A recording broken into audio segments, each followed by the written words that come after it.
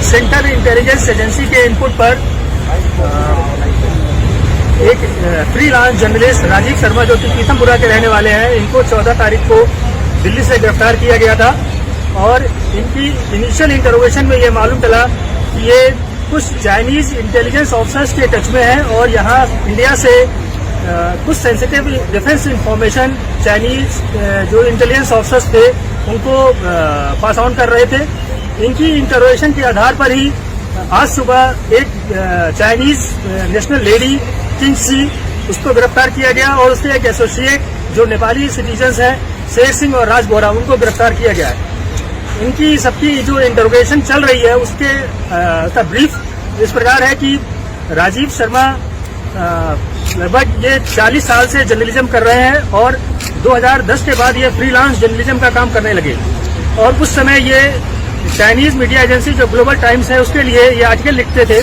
2016 में इनका संपर्क एक चाइनीज इंटेलिजेंस ऑफिसर माइकल से लिंक्डइन के थ्रू हुआ और जिसने इनको इनवाइट किया चाइना में किमजुन सिटी में, जहां पर इनको काफी लुक्रेटिव ऑफर किए गए इंडिया की information, defence information, strategic information और इंडिया चाइना बॉर्डर के ऊपर जो डिस्प्यूट्स है उसके बारे में इंफॉर्मेशन देने के लिए। तो इन्होंने माइकल को 2016 से लेकर 2018 तक लगातार बहुत सी इंफॉर्मेशन पास ऑन की। 2019 में इनका संपर्क एक दूसरे इंटेलिजेंस ऑफिसर जॉर्ज से हुआ। इस बीच इनकी जो लगातार जो मीटिंग हो रही थी वो बाहर अदर डिफरेंट कंट्रीज में, मालदीव में, लाओस में, थाईलैंड में, काठमांडू में इनकी अलग अलग मीटिंग्स हुई जहां पर इनको अलग अलग टास्किंग की गई।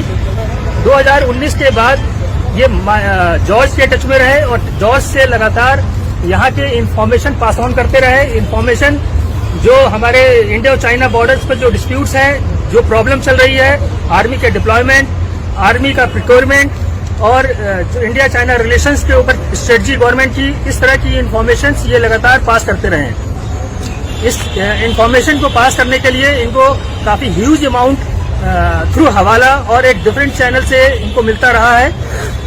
इस जो इनकी इंटरोगेशन से मालूम चला कि इनके जो एसोसिएट जो अरेस्ट हुए आज सुबह, एक चाइनीज लेडी और एक नेपाली सिटीजन, इन्होंने एक यहाँ पर सेल कंपनी बना रखी है महिपालपुर में एमजेड मॉल और एमजेड फार्मास्यूटिकल के नाम से, जिसमें यहाँ से इंडिया से दवाएं एक्सपोर्ट करते हैं चाइना को और उधर से उसके एवज में जो पैसे आते हैं वो यहाँ पर इस तरह के एजेंट्स को सप्लाई किए जाते हैं। इसी बेस पर आज चाइनीज नेशनल लेडी और नेपाली सिटीजन को अरेस्ट किया गया है।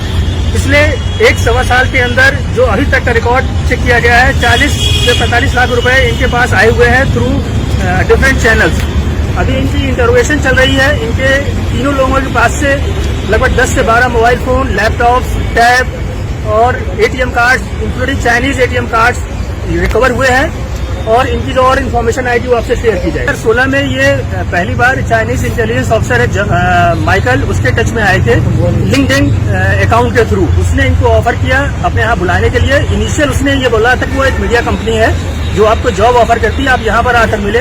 उस पूरी विजिट का जो पेमेंट था वो माइकल ने ही किया था।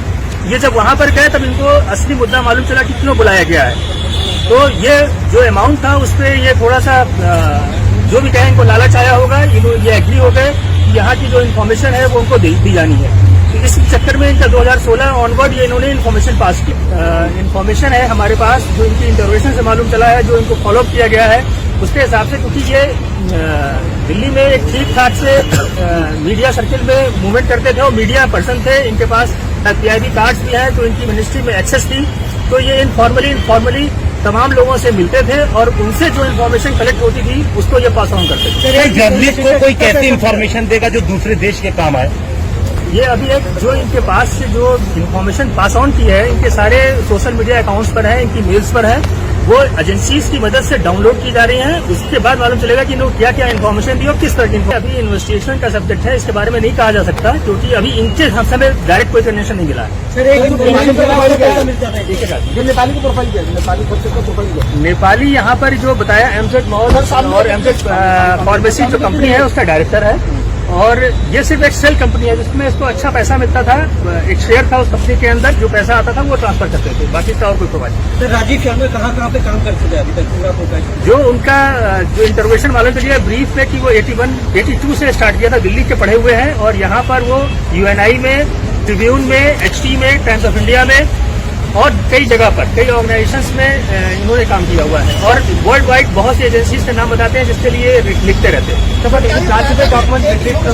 हाँ, जब इनको 14 तारीख को इनको जब अरेस्ट किया गया था तो एक सर्च वारंट लेकर इनके घर की सर्च की गई और उस सर्च में इनके घर से कुछ क्लासिफाइड डॉक्यूमेंट्स मिले हैं जो डिफेंस रिलेटेड है और बहुत से डॉक्यूमेंट मिले हैं जिसके भी एग्जामिनेशन चल रहा है। पिछले 1-1.25 साल के अंदर इनको 40 लाख के आसपास ट्रांसफर हुआ है पैसा। अदरवाइज कई बार उनको कुछ आर्टिकल्स लिखते थे, कुछ जो इन्फॉर्मेशन भेजते थे, 500 USD और 1000 USD इनको पर इन्फॉर्मेशन मिलते थे। इनको टास्किंग की गई थी और इन्होंने कुछ इन्फॉर्मेशन भेजी है, उसके बारे में अभी रिवील नहीं किया है क्योंकि हम जब तक देख ना लें। हम उनके अभी जो मेल आईडीज हैं उनको एक्सेस कर रहे हैं दूसरी एजेंसी से ऑथेंटिकेशन के साथ और जो इन्फॉर्मेशन मिलेगी वो शेयर